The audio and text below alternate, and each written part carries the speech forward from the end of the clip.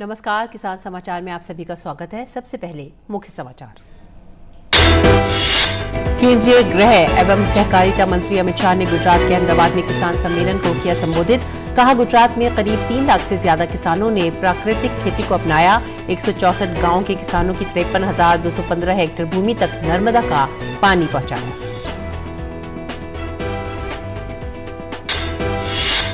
किसानों के हितों की रक्षा के लिए केंद्र सरकार लगातार प्रयासरत। मानसून की बेरहमी के कारण फसलों के नुकसान की भरपाई के लिए उत्पादन बढ़ाने की रूपरेखा तैयार। उत्पादन बढ़ाने के लिए दलहन और तिलहन फसलों के बीज की मिनी किट की जा रही है वितरित।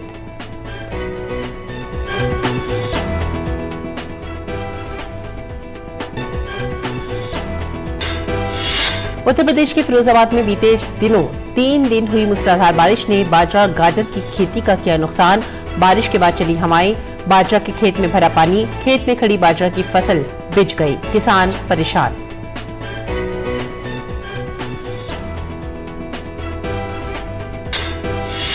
मौसम विभाग के अनुसार अगले 3-4 दिनों में उत्तर पश्चिम भारत और मध्य भारत के कुछ हिस्सों में थम जाएगा मानसूनी बारिश का सिलसिला।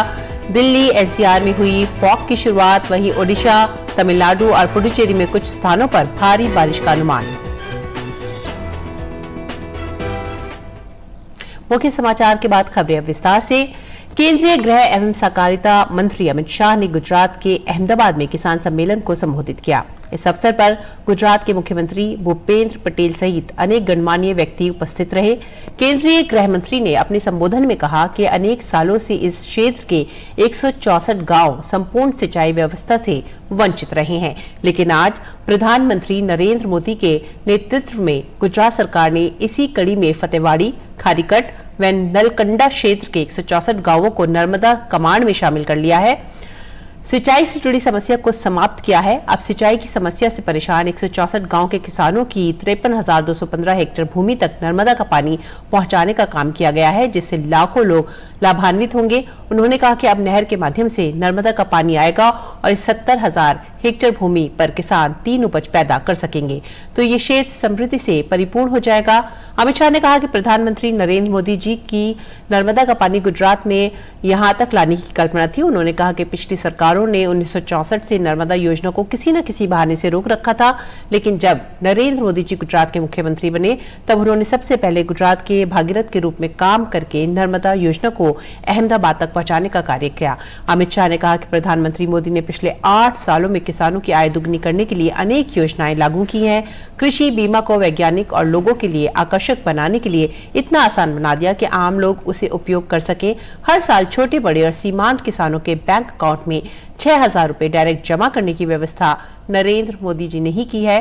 केंद्रीय सहकारिता मंत्री ने कहा कि पहले उर्वरक या खाद की कालाबाजारी होती थी और किसानों को उनका हक नहीं मिलता था, लेकिन मोदी जी ने नीम कोटेड यूरिया की शुरुआत करके खाद की कालाबाजारी को समाप्त कर दिया और अब प्राकृतिक खेती को भी बढ़ावा दे रहे हैं। शाह ने सभी किसानों से प्राकृतिक खेती को अपनाने का अनुरोध किया। उन्होंने कहा कि गुजरात में करीब 3 लाख से ज्यादा किसानों ने प्राकृतिक खेती को अपनाया है। उन्होंने कहा कि एक गाय से 21 एकड़ की प्राकृतिक खेती होती है और यूरिया, कीटनाशक आदि पर कोई खर्च नहीं होता और उत्पादन में लगभग 1.25 गुना की वृद्धि होती है। अमित शाह ने कहा कि प्रधानमंत्री नरेंद्र मोदी जी प्राकृतिक खेती की ओर जाने के लिए देश के किसानों को प्रोत्साहित कर रहे हैं।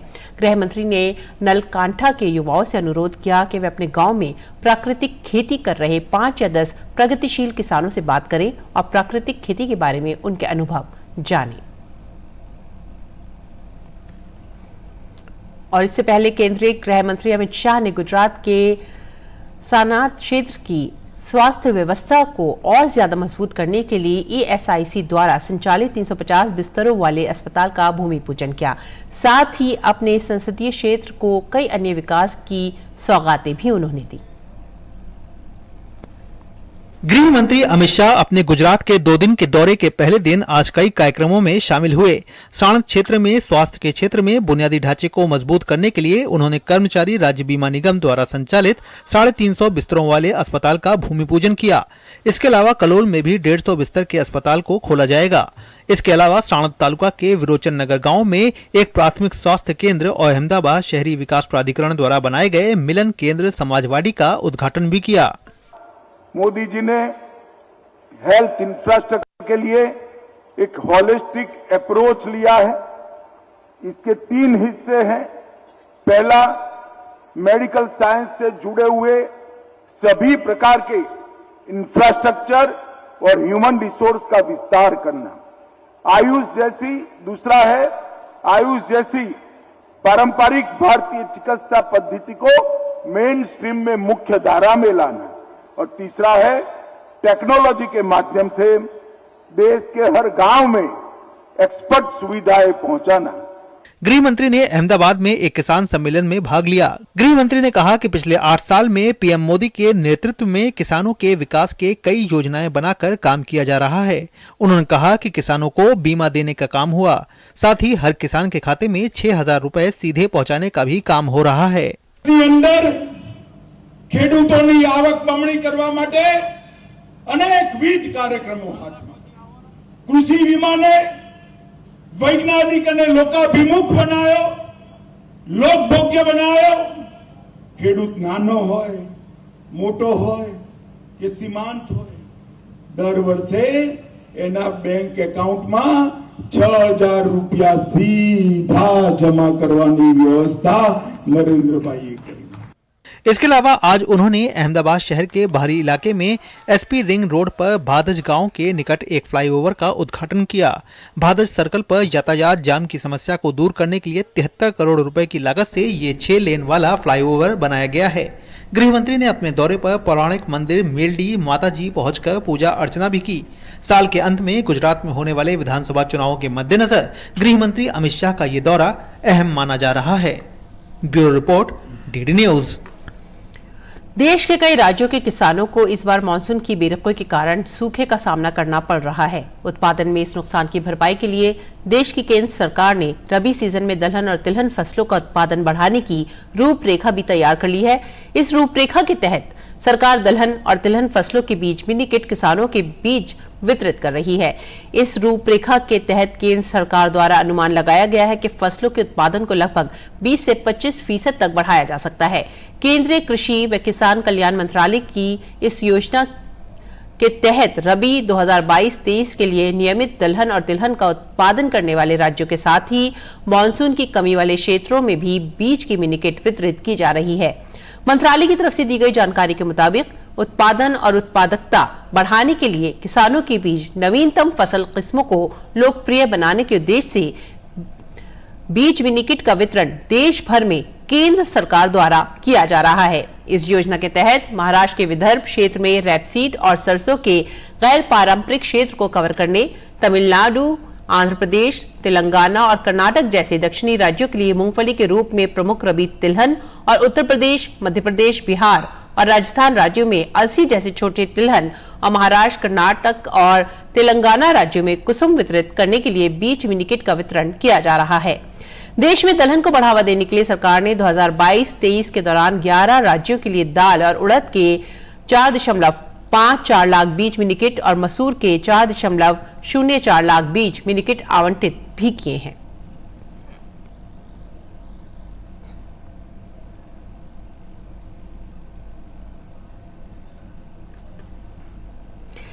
सबको अन्न खिलाने वाला अन्नदाता आज माथे पर हाथ रखकर खेतों के बीच में इसलिए मायूस बैठा है कि उसकी खुली पड़ी दौलत पर पानी फिर गया। इस बार की खेती से वह अपने घर का 6 महीने तक का खर्चा चला सकता था, लेकिन फिरोजाबाद में बीते दिनों हुई मूसलाधार बारिश ने किसानों की खेती पर पानी फेर दिया है। फिरोजाबाद में हुई भीषण बारिश ने हाहाकार मचा दिया। ग्रामीण क्षेत्रों की बात अगर करें तो इस समय बाजरे की खेती सबसे ज्यादा हो रही है, जिसे तेज बारिश और तेज हवाओं ने खत्म कर दिया है। बाजरे के खेतों में इतना पानी भर गया है कि पूरी खेती नष्ट हो गई है। किसान पानी में घुसकर उस खेती को बचाने का प्रयास कर रहा है। किसान उम्मीद लगाए बैठे हैं कि उसकी बाजरे की फसल बच सके तो उसे बेचकर वो अपना पेट भर सके। इस बारिश में काफी तादाद में किसानों की फसल नष्ट हो चुकी है। अगर गाजर की खेती देखें तो वह भी काफी हद तक नष्ट हो गई है। किसानों का कहना है कि अब तो सिर्फ सरकार से ही उम्मीद है कि वह हमारी मदद करे और कुछ मुआवजा दे। बारिश की वजह से बारिश हुई थी, इस वजह से सारा खेत नष्ट हो गया और हर खेत की यही स्थिति है। गायर वगैरह, गायर सबसे ज्यादा गायर में और बाजरे में नुकसान है और धान फाने में तो खैर नुकसान नहीं है, वो तो पानी की ज्यादा चाहता है, लेकिन धान गायर और बाजरे की बहुत ज्यादा स्थिति खराब हो गई है। सरसों बही थी वो भी खत्म हो गई है। सरसों जो बही थी वो भी खत्म हुई है। मान लीजिए सरसों जो भाई मतलब बो चुकी है वो खत्म हुई है, वो भाई जाएंगी, वो तो अभी पता नहीं, मौसम खुलेगा तब क्या होगा उसके बारे में कुछ पता नहीं है। बरसात तेजी हुई, तेजी के बाद खेत में पानी भर गया, उसके बाद पलट गए हवा में और सारा नुकसान हो गया। बाजरा की फसल का ज़्यादा नुकसान हो गया, बाजरा और गाजर की फसल ज़्यादा खराब हुई है। सरकार से अनुरोध कर रहे हैं कि किसानों को मुआवजा मिलना चाहिए। मौसम विभाग के अनुसार अगले 3-4 दिनों में उत्तर पश्चिम भारत और मध्य भारत के कुछ हिस्सों से मानसूनी बारिश का सिलसिला थम जाएगा। दिल्ली एनसीआर में फॉग की भी शुरुआत होने लगी है। वहीं ओडिशा, तमिलनाडु और पुडुचेरी में कुछ स्थानों पर भारी बारिश का अनुमान है। अगले 2-3 दिनों में नागालैंड, मणिपुर, मिजोरम, सिक्किम और त्रिपुरा में भी वर्षा हो सकती है। बिहार के कुछ हिस्सों, झारखंड, छत्तीसगढ़, तेलंगाना, विदर्भ और दक्षिण आंतरिक कर्नाटक में हल्की से मध्यम बारिश हो सकती है। पूर्वी उत्तर प्रदेश, अंडमान और निकोबार द्वीप समूह, मराठवाड़ और केरल में बारिश संभव है। उत्तराखंड, जम्मू कश्मीर और हिमाचल प्रदेश में 1 या 2 स्थानों पर हल्की बारिश संभव है।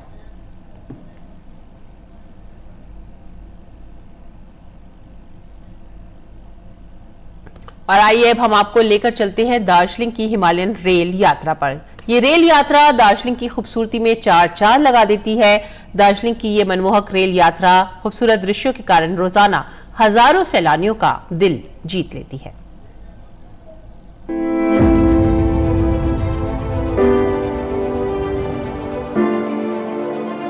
दार्जिलिंग भारत के सबसे खूबसूरत शहरों में से एक है। हर मौसम में दार्जिलिंग की सुंदरता एक जैसी बनी रहती है। वहीं दार्जिलिंग की हिमालयन रेल यात्रा दार्जिलिंग की खूबसूरती में 4 चांद लगा देती है। दार्जिलिंग हिमालयन रेल यात्रा अपने आप में सबसे अलग है, जिसे टॉय ट्रेन भी कहा जाता है, जो सुंदर वादियों, कल कल करते झरनों, ऊंचे ऊंचे पहाड़ों से होकर गुजरती है। यह मनमोहक रेल यात्रा दार्जिलिंग के खूबसूरत दृश्य और कंचनजंगा की पहाड़ियों के भी दर्शन कराती है। हर साल लाखों सैलानी दार्जिलिंग की सुंदर प्रकृति का आनंद लेने के लिए दार्जिलिंग हिमालयन रेल यात्रा करते हैं। पहाड़ों की सैर से लेकर शहर तक दार्जिलिंग की ये मनमोहक रेल यात्रा सैलानियों का दिल जीत लेती है।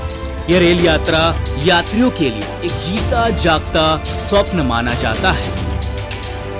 इस ऐतिहासिक रेल यात्रा को यूनेस्को ने विश्व धरोहर स्थल के रूप में चयनित भी किया है। भारत की यह पर्वतीय रेल देश विदेश के सैलानियों के लिए हमेशा आकर्षण का केंद्र बनी रहती है। दार्जिलिंग हिमालयन रेल यात्रा पर्यटकों को हिमालय की अद्भुत सुंदरता का अनुभव चंद घंटों में करा देती है। इस रेल यात्रा में जंगल, पहाड़, झरने, बारिश या फिर ठंड के मौसम में स्नोफॉल बड़ी आसानी से देखने को मिल जाते हैं, जहां के खूबसूरत नजारे पर्यटकों को अपनी ओर आकर्षित कर लेते हैं। Bureau report, DD news. और अब इन खूबसूरत नजारों के बाद बात करेंगे मंडी भाव की। आइए देखते हैं क्या रहा देश भर की मंडियों में भाव।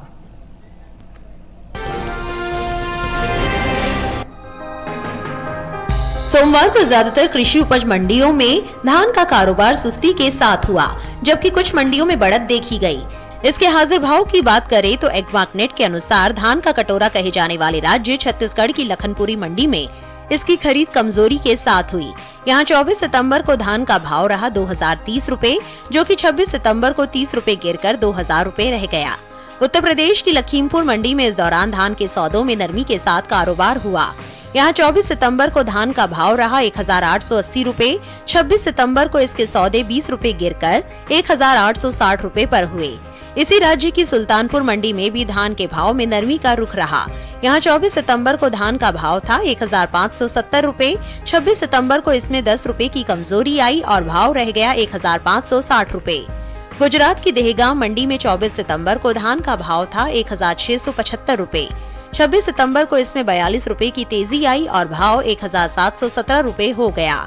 देश में इस साल चावल की पैदावार में कमी देखने को मिल सकती है। कृषि मंत्रालय की ओर से खरीफ फसलों के लिए जारी पहले अग्रिम अनुमान के अनुसार साल 2022-23 के दौरान चावल की पैदावार 10,49,90,000 टन हो सकती है, जबकि बीते साल इस दौरान उपज 10,70,40,000 टन थी। चालू खरीफ सीजन में धान की बुआई भी बीते साल से कम हुई है। कृषि मंत्रालय की ओर से 2 सितंबर को जारी ताज़ा आंकड़ों के मुताबिक साल 2022 के दौरान खरीफ धान की बुआई 3,83,99,000 हेक्टेयर में हो पाई है, जबकि बीते साल इस समय तक धान की बुआई 4,06,89,000 हेक्टेयर में हो चुकी थी।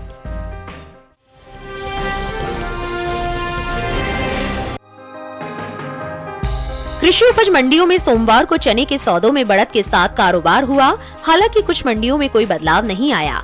एग्वाक नेट के मुताबिक गुजरात की ध्रोल मंडी में 24 सितंबर को चने का भाव रहा 3,850 रुपए, जो कि 26 सितंबर को 40 रुपए चढ़कर 3,890 रुपए हो गया। उत्तर प्रदेश की बदायूं मंडी में 24 सितंबर को चने का भाव रहा 5,850 रुपए प्रति क्विंटल। 26 सितंबर को 5 रुपए की मामूली तेजी आई और भाव 5,855 रुपए हो गया। इसी राज्य की दादरी मंडी में 24 सितंबर को चने की खरीद 5,800 रुपए पर हुई। 26 सितंबर को 50 रुपए की बढ़त के बाद 5,850 रुपए हो गया। वहीं उत्तर प्रदेश की गाजियाबाद मंडी में दोनों दिन चने का भाव स्थिर रहा। यहाँ 24 और 26 सितंबर को चने का भाव 5,800 रुपए पर टिका रहा। देश में इस साल चने की अच्छी पैदावार देखने को मिल सकती है। घरेलू स्तर पर रबी चने की उपज में बढ़ोतरी हो सकती है। कृषि मंत्रालय की ओर से जारी चौथे अग्रिम अनुमान के मुताबिक साल 2021-22 के दौरान रबी चने की पैदावार 1,37,50,000 टन के पार जा सकती है, जबकि बीते साल इस दौरान उपज 1,19,10,000 टन ही रही थी। वहीं बात कुल दलहन की पैदावार की करें तो घरेलू स्तर पर इस साल कुल दलहन की रिकॉर्ड उपज होने का अनुमान जताया गया है। कृषि मंत्रालय के मुताबिक साल 2021-22 के दौरान देश में कुल दलहन की पैदावार 2,76,90,000 टन होने का अनुमान है, जबकि बीते साल इस दौरान दलहन की उपज 2,54,60,000 टन रही थी।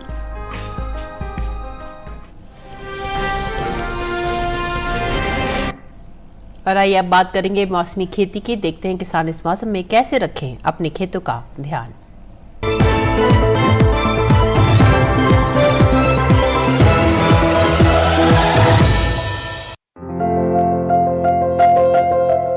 बिहार में धान के खेत की देखभाल करते रहें। इस समय धान में कीट लगने की संभावना है।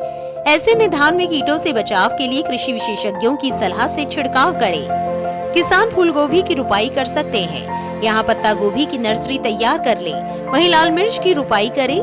बिहार में टमाटर की रुपाई करते रहें। इसके अलावा बैंगन की रुपाई कर सकते हैं। वहाँ मक्के के खेत में निराई कर लें। अभी अरहर की बुआई के लिए समय उपयुक्त है। अरहर में कीटों से बचाव के लिए कृषि विशेषज्ञों की सलाह से कीटनाशक छिड़के। किसान सरसों की बुआई के लिए खेत तैयार करते रहे। ओडिशा में मक्के के खेत से जल निकासी का प्रबंध करें। किसान कपास के खेत से पानी की निकासी की उचित व्यवस्था कर ले। यहाँ धान की रुपाई करें। धान के खेत से जल निकासी का प्रबंध कर ले। धान के खेत में जरूरी उर्वरक डालें। धान के खेत से खरपतवार निकालें। वहीं मूंग के खेत में निराई कर सकते हैं। ओडिशा में टमाटर के खेत से पानी की निकासी की उचित व्यवस्था करते रहे। टमाटर की बुआई करें। इसके साथ ही मूंगफली की बुआई कर लें। वहाँ किसान बैंगन के खेत से जल निकासी का प्रबंध कर सकते हैं। अभी प्याज में कीट लगने की आशंका है। ऐसे में प्याज में कीटों से बचाव के लिए कृषि विशेषज्ञों की सलाह से कीटनाशक का छिड़काव करें।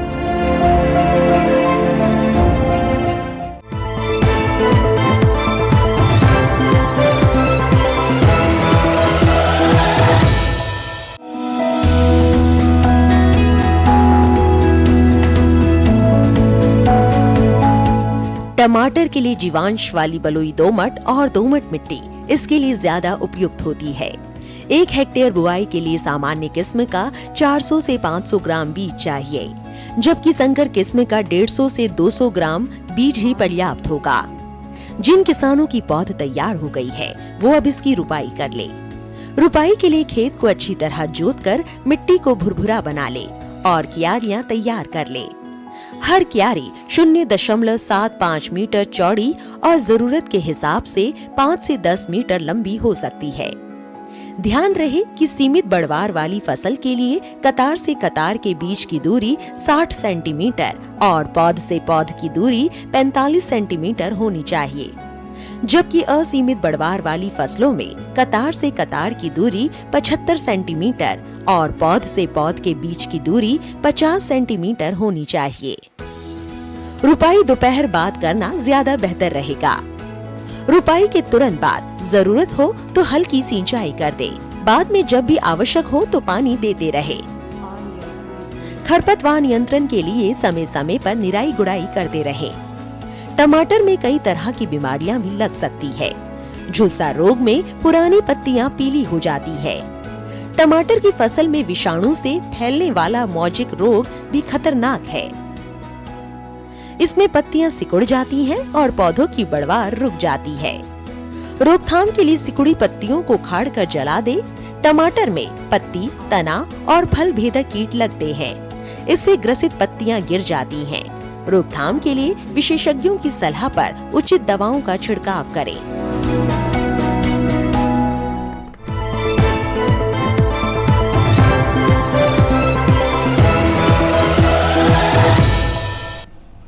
और अब एक नजर खास खबर पर। आतंकी फंडिंग पर शिकंजा कसने के लिए देश की एजेंसियों ने एक बार फिर से popular front of India PFI के कई ठिकानों पर छापेमारी की है। दिल्ली समेत 8 राज्यों में पीएफआई के ठिकानों पर छापेमारी में पीएफआई के 160 से ज्यादा वर्कर्स को हिरासत में लिया गया।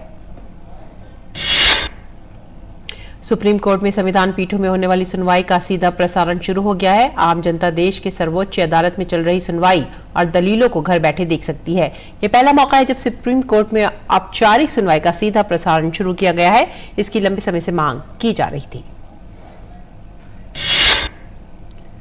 दिल्ली हाईकोर्ट से राज्य की सत्तारूढ़ आम आदमी पार्टी को बड़ा झटका लगा है। दिल्ली हाईकोर्ट ने आम आदमी पार्टी के नेताओं को उपराज्यपाल के खिलाफ भ्रष्टाचार के आरोपों को लेकर बयानबाजी करने पर रोक लगा दी है। एलजी विमल कुमार सक्सेना की याचिका पर हाईकोर्ट ने अंतरिम आदेश सुनाया। राजस्थान में चल रहे राजनीतिक गतिरोध पर कांग्रेस आलाकमान बेहद नाराज है। विधायक दल की बैठक रद्द होने के बाद से प्रदेश में सियासी हलचल और तेज हो गई है। राजस्थान में साल 2018 में विधानसभा चुनाव हुए थे। उसके बाद साल 2020 में भी पायलट और गहलोत की खींचातान में राज्य सरकार में अस्थिरता का माहौल बना था और आज भी है। राष्ट्रपति ने बेंगलुरु स्थित हिंदुस्तान एरोनॉटिक्स लिमिटेड में एकीकृत क्रायोजेनिक इंजन विनिर्माण सुविधा ICMF का उद्घाटन किया। राष्ट्रपति द्रौपदी मुर्मू ने हाल के कार्यक्रम में इसरो की तारीफ करते हुए कहा कि इसरो ने हमारा सर गर्व से ऊंचा किया है। सरकार ने मोबाइल फोन के IMEI से छेड़छाड़ पर रोक लगाने के लिए बड़ा फैसला किया है। अब हर मोबाइल फोन की IMEI को सरकारी पोर्टल icdr.ceir.government.in पर दर्ज कराना अनिवार्य होगा। ये नियम 1 जनवरी 2023 से लागू होंगे। बीजेपी पीएम मोदी के जन्मदिन से 2 अक्टूबर गांधी जयंती तक सेवा पखवाड़ा के रूप में मना रही है। इसके तहत आज दिल्ली में सरदार पटेल मार्ग के निकट सिलाई मशीन केंद्र का उद्घाटन किया गया। देश में टीकाकरण का आंकड़ा तेजी से बढ़ रहा है। टीकाकरण अभियान के तहत देश में अब तक 217.82 करोड़ से अधिक टीकों की खुराक दी जा चुकी है। पिछले 24 घंटों में 14 लाख से अधिक कोविड टीके लगाए गए।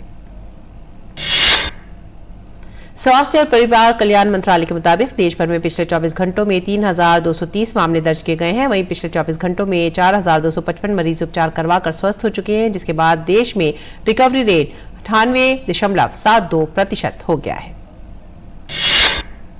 ऐसे के साथ ही हमें दीजिए आज्ञा। नमस्कार।